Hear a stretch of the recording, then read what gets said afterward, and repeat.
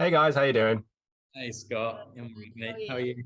Yeah, good, thank you. Good, thank you. It's a bit cold. It's a bit cold, I have to say. No, I've The put, I've put, temperature's I've put, I've dropped. put my scarf on. I like your scarf. Yeah, it's all about sweats in the house. Very nice. Wearing my slippers. Look Yeah, at no, he's lovely dress and slippers. We love it. We love it. This virtual world. Guys, congratulations on the film. Thank you. Uh, there is a plethora of Christmas movies this time of year. I mean, there's channels committed to bringing so many Christmas movies to audiences, but I feel like yours, in the nicest way, and no disrespect to the others, is very, very good. I really enjoyed it.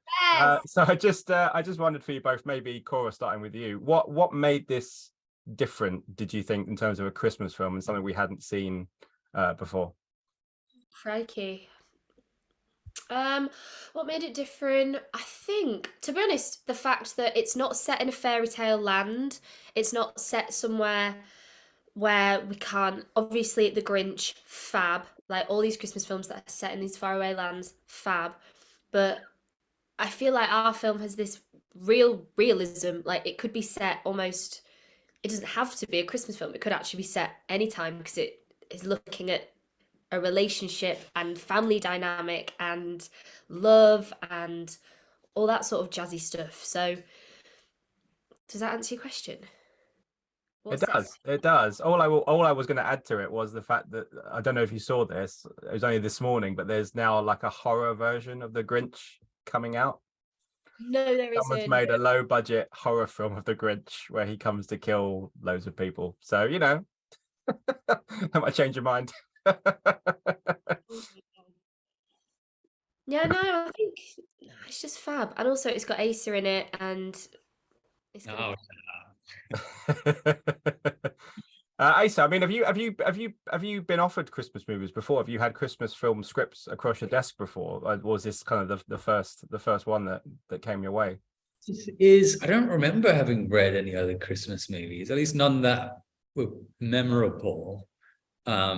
And I remember reading this, being like, wait, I've never done a Christmas movie, and I don't, considering I love Christmas, I don't really watch that many Christmas films. But I just loved how, as Cora said, how real these families felt, and so much of it felt, you really captured that kind of chaos of Christmas, which I think everyone can kind of relate to in one way or another.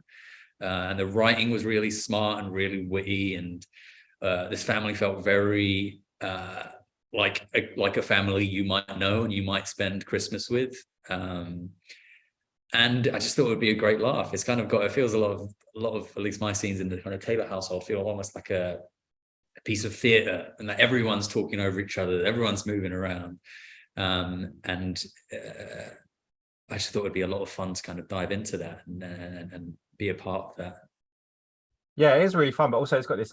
I think Daniel said as well about this wonderful kind of pathos about the power of Christmas and how it has this kind of redemptive quality for people that have gone through something, or have kind of lost their way, and that Christmas kind of brings people back together. Do you think the film does that really well? Because it felt in the film very sincere and very kind of joyous in terms of what Christmas can bring to people. Maybe Asa, I'll chuck that to you first.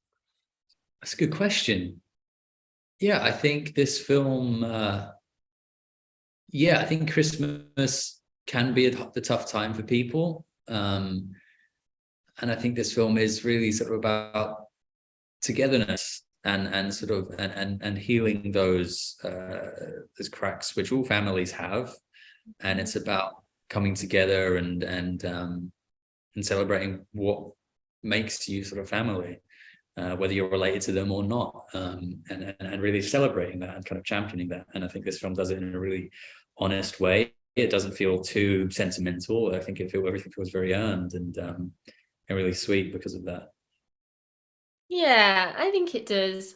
I think what I really like about the film is that you see two families that are so different but are still wholly family. Like a family doesn't have to be that sort of mum, dad, kids, dog. Like there are families that are so different and actually are still just as valid and just as beautiful and Christmas is a time, yeah, like Asa said, that can be very difficult for some people because maybe they haven't got a family, or like there's so many reasons why Christmas could be difficult. But actually, sometimes the simple things can bring like happiness, and especially at Christmas, like that can be exacerbated, I think, a lot.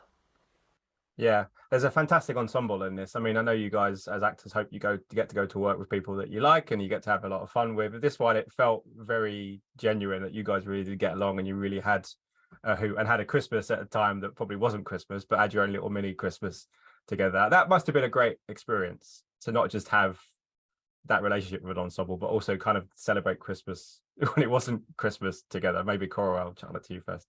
Yeah, no, it was fab because obviously a lot of my section of the film is filmed with Alex in the big sad house, with the dog. And Asa gets the fun part of the story with my family, and it's all great and it's fun. But actually, like Angela is, who plays my mum, is one of my like acting heroes. So as soon as I found out I was working with her, and I told my mum because my mum also loves her, I was like, this is insane. And Asa is obviously so well known. As soon as I found out we'd be co-leads, I was like, this is going to be an acting masterclass, and with like Alex Jennings and Danny Mays. Alex Jennings particularly because I have a lot of the film with him.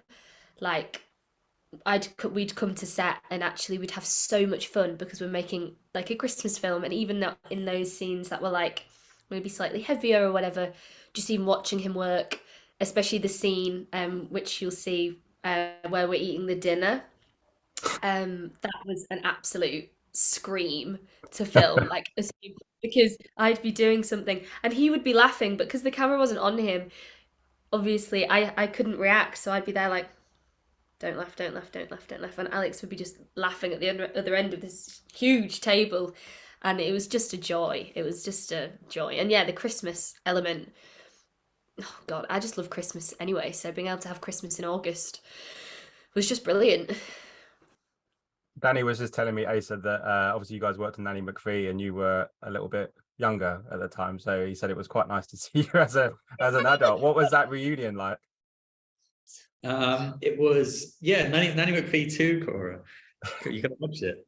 No, it was I hadn't seen him properly in over 10 years, I guess, since he did that, like 12 years.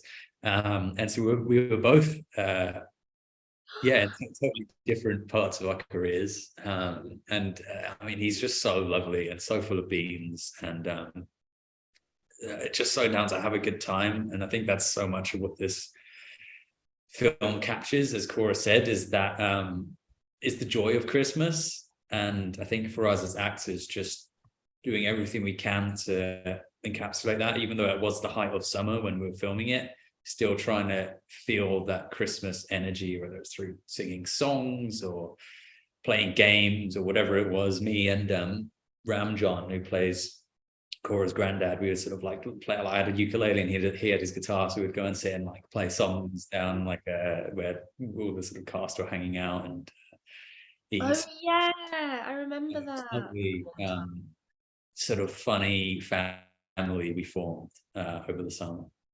Fantastic. And Cora, obviously you're kind of semi-new to the business. Have you had a word with Asa about maybe getting in the background of Sex Education? Because there's like so many people in that show that you could quite easily, Asa could put a nice word in for you to get on that show.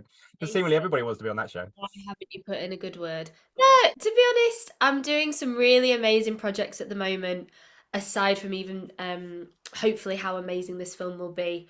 And it's just been really like a pleasure to have Asa as like my first co-lead, because I've learned so much. And yeah, it's just been, that's really it. I learned so much working with him, and like how to audition and how to be on set, and just watching him work was fantastic. So yeah, if you can get me in the background and Sex Ed, watch him a bit more, that would be great.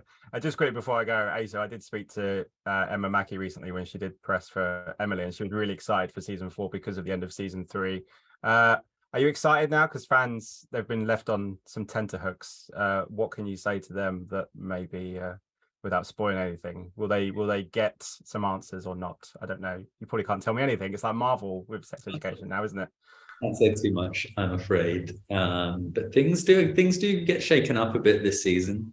And I think they have to after 4 years, you got to evolve a little bit. So yeah, there's a few new things going on, some new characters, and there's a new school. So lots to dig into. Excellent. We look forward to it. I just remembered I interviewed Gillian last week as well. So, I'm ticking you all off one by one. Guys, wish you all the best with the film. Thank you so much for your time. Pleasure talking to you both. You too. Thank you so much. Cheers. Ladies and gentlemen, you're watching Hey You Guys! Hey You Guys, huh? Hey You Guys. Is that from the Goonies? It is indeed, yes. Nice. Hey You Guys!